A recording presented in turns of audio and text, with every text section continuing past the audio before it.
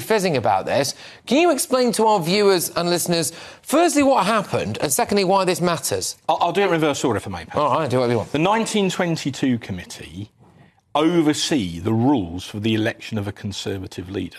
They can change those rules. So particularly in the current situation, the chairmanship of the 22 is a very powerful position. We had an election today for the chairman. A lot of Tory MPs were uncomfortable that it was being done in such a mad rush. We've only just got back from a gruelling 6-week campaign. Anyway, they insisted we go ahead today. I've got a text here from the Whip's office yesterday saying the polls would be open from 5 to 6. I've got here an email from Bob Blackman, who was, he says, elected, confirming that the polls will be open from 5 to 6. Yes, this is 5 till 6 p.m. tonight. Right. I mean, think of that as like the polling card that, people get to go to the polling stations in a general election. We just had one, right?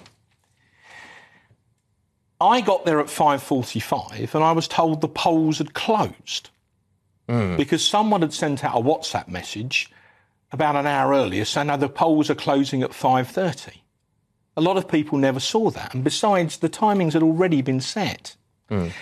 So Edward Lee, the father of the House, the man who, helped re-elect the Speaker today, walked in behind me, and Graham Brady, the outgoing chairman, said, sorry, you're too late. And Edward pulled his phone out of his pocket and showed him the email from the Whip's office, the text from yesterday, saying, but it's 5 to 6. So to continue my analogy, we've just had a general election. Mrs Bloggs goes to the polling station with her polling card, and the presiding officer says, I'm sorry, Mrs Bloggs, you can't vote. Didn't you get the WhatsApp message? We closed the polls an hour ago. So you're saying that you now need to rerun this? I saw Bob Blackman earlier this evening, and I said, you must rerun this. There were 23 out of 121 Tory MPs who didn't vote. The Shadow Chancellor didn't get to vote. Julian Smith didn't get to vote, right?